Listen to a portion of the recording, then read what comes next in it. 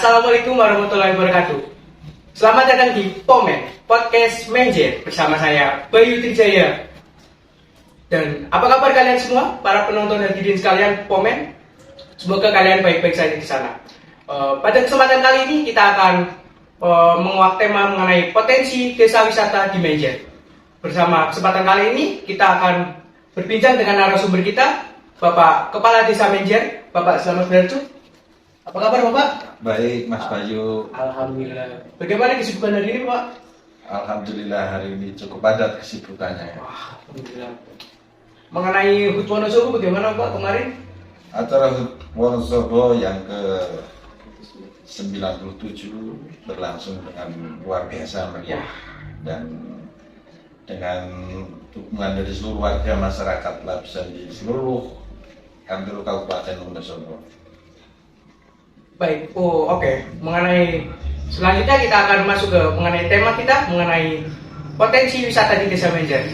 Untuk pembahasan pertama kita mengenai potensi wisata, kita akan membahas bersama narasumber kita, Bapak Selamat Berarju.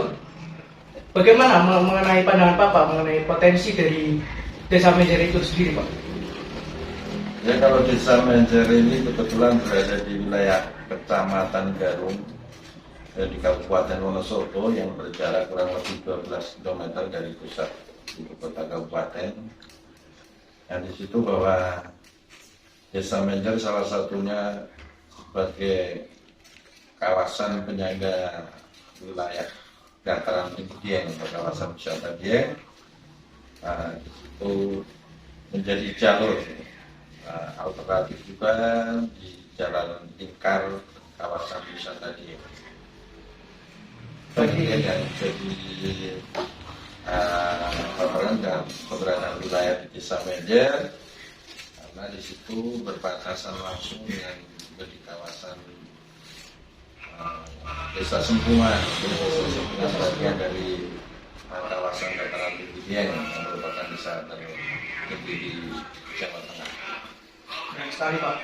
Mengenai Desa Menjer sebagai penyangga Dieng itu sebagai objek pariwisata yang mantap Pak. Untuk selanjutnya mengenai keunikan dari Desa Menjer itu apa Pak menurut Bapak? Bahwa untuk Desa Menjer ini kita dorong memang ke depannya menjadi salah satu bagian desa wisata, destinasi wisata dengan beberapa keunikan, salah satunya bahwa tadi keberadaannya sangat strategis sebagai penyangga wilayah kawasan dataran tinggi Dieng yang merupakan jalur wisata nasional juga kawasan Dieng. Terus di situ bahwa di penyangga itu sendiri ada namanya Telaga Menjer, kawasan Telaga Menjer. Terus di situ tentunya dengan adanya tradisi budaya yang masih terjaga, masih melekat, dan juga ada sejarah Telaga Menjer itu sendiri bahwasanya di situ ada beberapa situs untuk di Telaga Menjer. Ada situs khususnya di Desa Menjer, situs Lesung itu bagian. Kenapa bagian salah satu keunikan Telaga Menjer bahwa namanya Telaga Menjer, tetapi letak wilayahnya malah di Desa Maron dan Desa Telaga.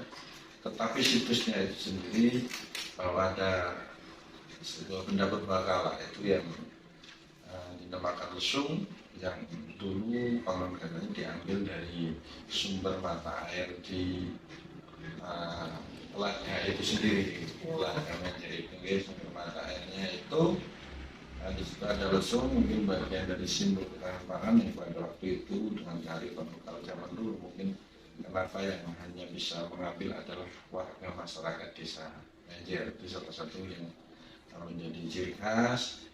Terus di situ ada sejarah juga, ada petilasan, salah satunya ada petilasan Mbah Nur Iman. Mbah Nur Iman itu adalah beliau seorang raja Mataram, Amangkurat IV. Waktu itu pada saat mungkin perang Diponegoro, beliau sampai juga menghadir atau singgah di kawasan wilayah desa Menjer itu sendiri. Dan masih banyak sekali potensi-potensi lain dari segi pertanian, dari segi agro, hasil-hasil pertanian dan lain-lainnya. Dan juga desa Menjer termasuk strategis ya, kawasan yang sangat strategis untuk dikembangkan ke desa wisata yang lebih mengarah ke desa wisata yang kolaborasi antara keindahan alam, agropolitiknya, dan budaya masyarakatnya, dan juga sejarahnya, nilai historinya. Oke Pak, mengenai potensi tersebut seperti tadi yang dijelaskan Bapak lesung gitu, berarti adanya peninggalan-peninggalan tersebut menjadikan masyarakat itu apakah percaya terhadap sejarah dari desa Menjer tersebut? Tentunya bahwa semua masyarakat, warga masyarakat pasti disitu punya mitos ataupun sejarah ataupun kearifan lokal masing-masing yang harus tetap terjaga. Salah satunya karena itu merupakan peninggalan warisan dari budaya leluhur yang itu menjadi pertanda bahwa keberadaan desa Menjer tidak lepas dari keberadaan lesung itu sendiri, karena dari turun-temurun bahwa yang pertama merawat lesung itu kalau zaman dulu dari Demak, pemangku adat semua. Itu tentunya kita tidak lepas dari hal tersebut. Pasti norma kita sebagai warga Indonesia atau kawan Jawa pasti menjadi adat leluhur yang punya dilestarikan, dan itu mungkin menjadi bagian sesuatu yang berharga. Kita lihat lesung itu kalau hanya bentuk bangunannya mungkin banyak di beberapa tempat, tapi untuk di desa Menjer dengan tentunya yang hasil pertaniannya di luar tanaman padi, tapi ada lesung itu tersendiri, tentunya ada makna tersendiri. Maknanya dalam Pak. Tadi mengenai disebutkan Pak Kades mengenai agrowisata. Agrowisata itu dari sekarang itu penerapannya di mana Pak? Di desa Menjer sendiri Pak. Untuk mengarah ke agrowisata, bahwa bagian dari kawasan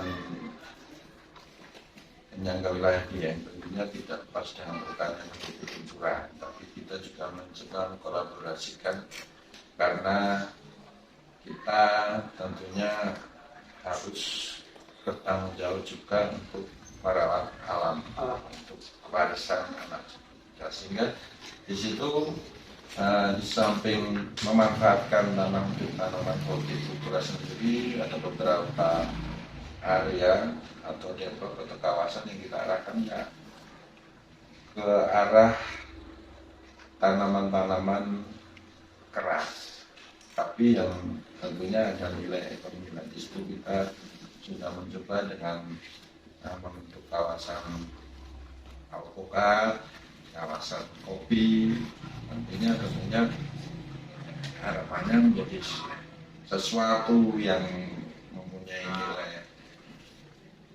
tersendiri, mempunyai nilai dari segi ekonomi, dari segi keindahan, dari segi kelestarian alam dan pemanfaatan buat masyarakat itu sendiri secara ekonomi, meningkatkan kesejahteraan harapannya ke arah sana.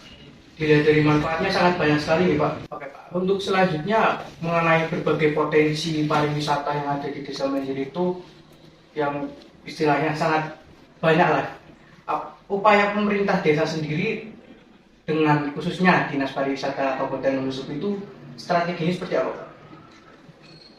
Untuk kaitan dengan upaya pemerintahan desa, tentunya desa adalah bagian dari perencanaan di situ ya, mengarah kebijakan juga.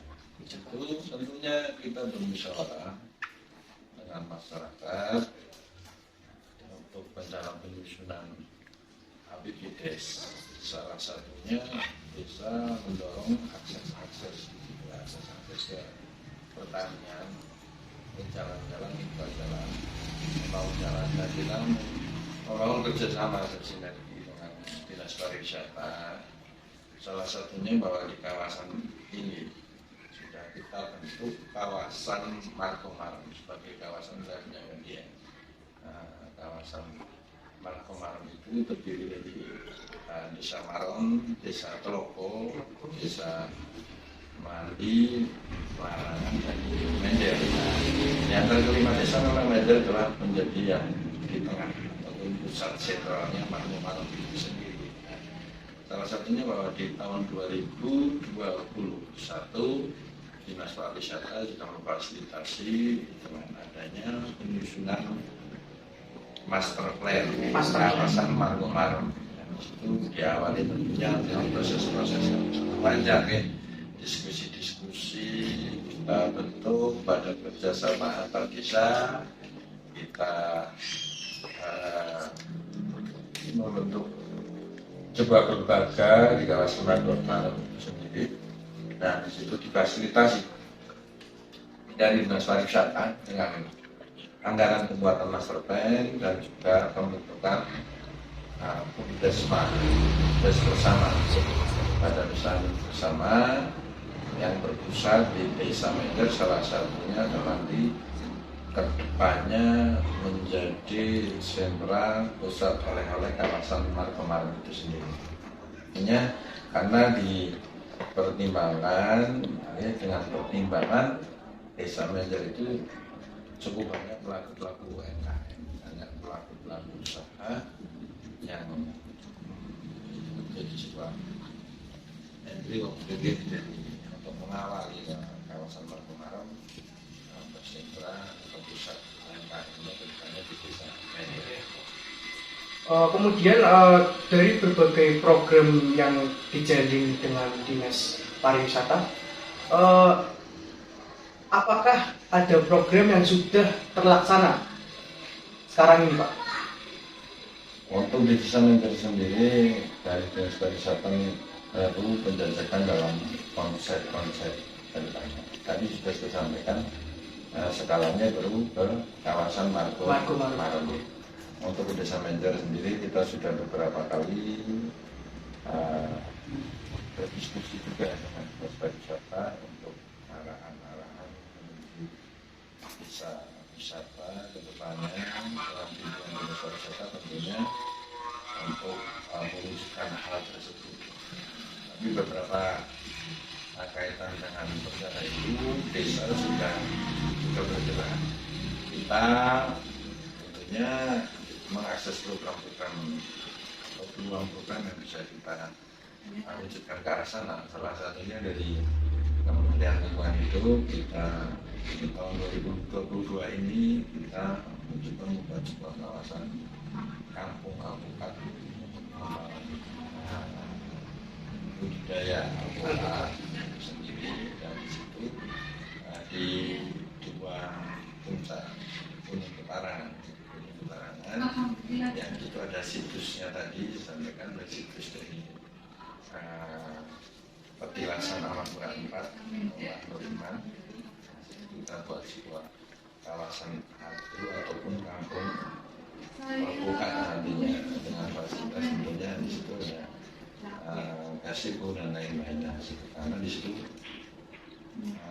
untuk mengamati panorama alam dengan view ataupun pemandangan yang cukup luar biasa. Ketika kita timur kita akan lihat Telaga Mender dengan background Gunung Sindoro, ke arah utara dan Gunung Pakuaja bagaimana kawasan Dieng, dan ketika ke selatan nanti akan terlihat itu hamparan kota Wonosobo. Keren sekali, Pak. Dalam penerapannya, apakah sosialisasi kepada masyarakat itu strateginya seperti apa, Pak? Mengenai tadi ada penanaman alpukat, terus ada mengenai cemara gunung gitu-gitu, Pak. Sosialisasi kepada masyarakat gitu. Tentunya kita sampaikan bahwa tidak mudah memang di kawasan Penyangga itu untuk merubah cara berpikir masyarakat terkait dengan yang sekarang dilakukan dengan budidaya tanaman kultura. Tetapi kita juga tentunya mempertimbangkan bahwa pelestarian alam juga sangat penting karena kawasan Wonosobo itu juga bagian dari menyangga kawasan di bawahnya kan bukan berimpact utama. Nah, kita sampaikan, kita sosialisasikan kepada khususnya kawasan-kawasan yang lahan ditegakkan di atas kemiringan di atas 30 derajat. Ya, kita kumpulkan, kita sampaikan untuk satu intinya bahwa tanaman itu yang sifatnya tahunan tapi juga ada nilai ekonominya dan menghasilkan, itu penting dan kedepannya itu juga bagian dari kawasan wisata. Kalau kayu-kayuan keras memang kita arahkan ke penyanggaan kawasan hutan itu dengan memanfaatkan lahan-lahan itu yang kurang produktif. Kayu-kayuan keras itu contohnya apa Pak? Seperti Kayu-kayuan keras artinya ya termasuk cemara ungu dan kayu puding, kayu eukaliptus putih. Dan di kawasan itu juga di desa Menjer dalam tahun sudah menggunakan dalam pembuatan embung, kedepannya menjadi kawasan wisata yang harapannya dari wisata atraktif juga wisata edukasi ini akan saling berkesinambungan. Begitu.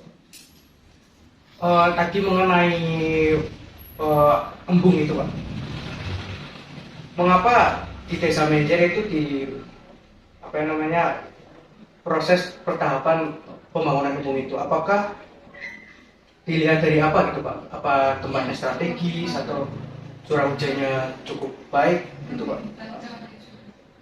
Ya, terkait dengan pembangunan embung, satu bahwa di situ tentunya kita melayani dan tantangan dengan mayoritas bertani hortikultura sebagai jawaban ketika musim kemarau. Itu caranya ya untuk petani ketika musim kemarau sebagai pengairan, karena di sini siklus tahunan pasti di bulan Agustus, September, Oktober, Juli sampai Oktober termasuk sudah kemarau, dengan butuh air yang di tanaman horti. Tapi karena di situ juga memungkinkan untuk dikembangkan ke arah wisata juga banyak, dan itu insya Allah juga sekali perencanaan sekali tetapi bisa menghasilkan beberapa potensi ataupun manfaat. Satu untuk pengairan pertanian, dua untuk pengembangan wisata. Terkait tadi pengembangan wisata embung itu kan pasti ada infrastruktur Pak. Nah, mengenai infrastruktur yang dipersiapkan atau strategi dari pemerintah desa untuk mempersiapkan infrastruktur pariwisata embung itu bagaimana Pak? Untuk perencanaan lomba embung di tahun ini di bulan Agustus ini untuk desain detailnya atau DID-nya adalah ditetapkan di nanti bulan minggu pertama bulan Agustus. Dari situ sudah tentunya perencanaan awal yang pembangunan sendiri dan yang pendukung. Di situ ada akses jalan, ada tempat parkir, ada pengolahan kegiatan perkantoran, dan juga ada fasilitas umum lainnya seperti ada fasilitas masjid beribadah dan tempat-tempat MCK dan lain-lainnya. Tapi di situ juga di konsep awal ini trafik, maka akan dikembangkan untuk konsep selanjutnya untuk tata ruang wisata yang wisata edukasi dan wisata atraktif.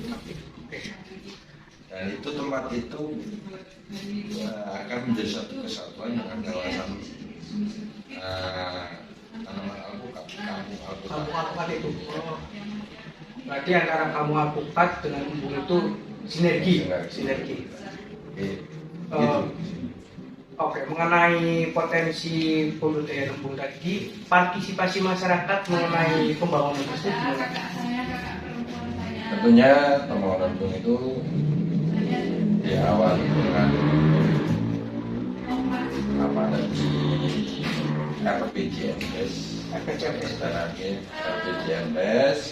kita jabarkan, kita kumpulkan seluruh kelembagaan masyarakat atau tokoh-tokoh. Setelah disepakati, diperdeskan, terus kita membentuk kepanitiaan dan lain-lain, tentunya bersama-sama dengan masyarakat, karena tidak mungkin kalau pembangunan di desa itu akan berhasil ketika hanya lahir dari 1-2 orang. Kita harus bersama-sama dengan masyarakat dan juga tentunya pemuda, ada Karang Taruna, pemuda Ansor, dan organisasi-organisasi lainnya, kelompok kami dan lainnya. Dan kita bentuk panitia di situ, dengan panitia diawali dengan panitia penyusunan DID, karena DID ini desain itu kan, karena ini konsep pembangunan embung adalah saya mandi di sini. Akhir murni dari desa itu, bukan kita mengajukan, kita mengajukan kepada pemerintah, menyatakan, tapi kita mengawali dengan langkah desa itu sendiri. Jadi sampai penyusunan desain, melakukan kerjasama dengan konsultan itu dari desa, membentuk sebuah panitia. Berarti dari pemerintah desa sendiri sudah menggandeng masyarakat untuk bekerja sama dalam pembangunan tersebut. Lebih seperti itu, Mas Bayu. Oke. Mengenai pembahasan selanjutnya, pasti ada keunikan dari desa ini, Pak. Kayak dari segi tradisi atau istilahnya pesta rakyat, Pak. Nah, dari Bapak sendiri mengenai apa sih pesta rakyat yang sering diadakan oleh masyarakat sini, Pak?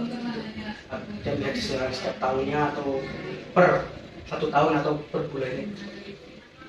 Ya, terkait dengan kegiatan kemasyarakatan atau pesta adat di Menjer sendiri terkait dengan tradisi, dari sisi juga bahwa di Menjer ada tradisi merti desa ataupun selamatan desa, tapi lebih ke bahasa orang-orang tua dulu ya, bahasanya merti desa, muri-uri, merawat desa. Nah itu dilaksanakan setahun sekali, setiap bulan Suro, dan itu mengambil harinya biasanya juga kalau nggak Selasa Kliwon, nanti jatuh di hari Jumat Kliwon. Nanti acara itu diiringi juga dengan kesenian-kesenian rakyat, ada kegiatan wayang dan kesenian-kesenian lainnya. Dan juga diajarkan juga termasuk bisa religi. Jadi kegiatan-kegiatan segala pengajian setiap tahun mesti juga ada kegiatan urutan ataupun kegiatan pengajian dan rumah.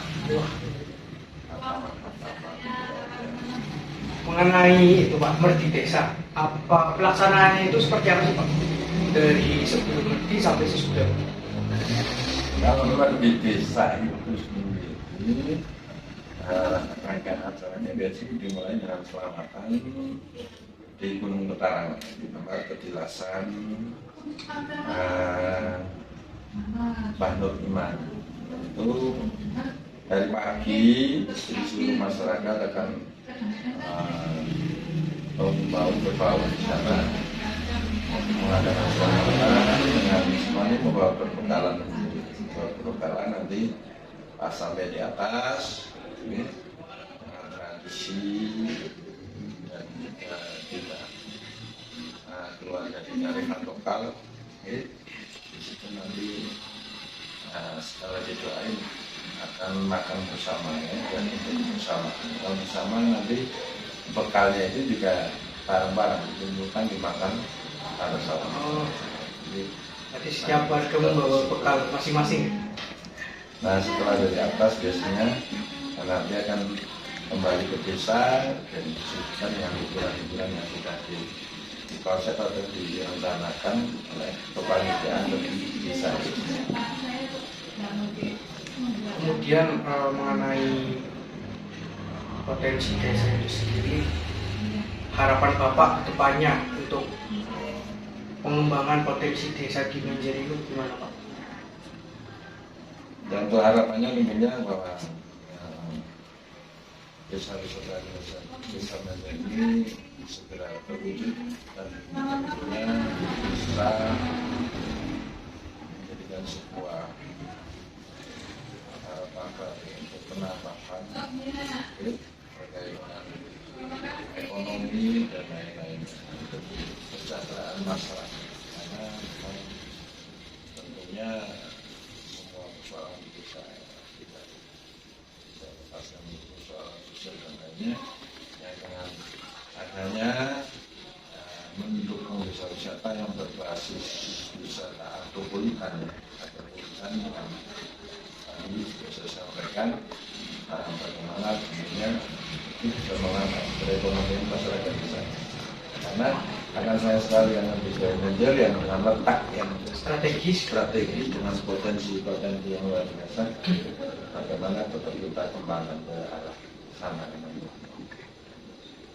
Berarti pada dasarnya pengelolaan potensi desa itu terus diberdayakan ya Pak.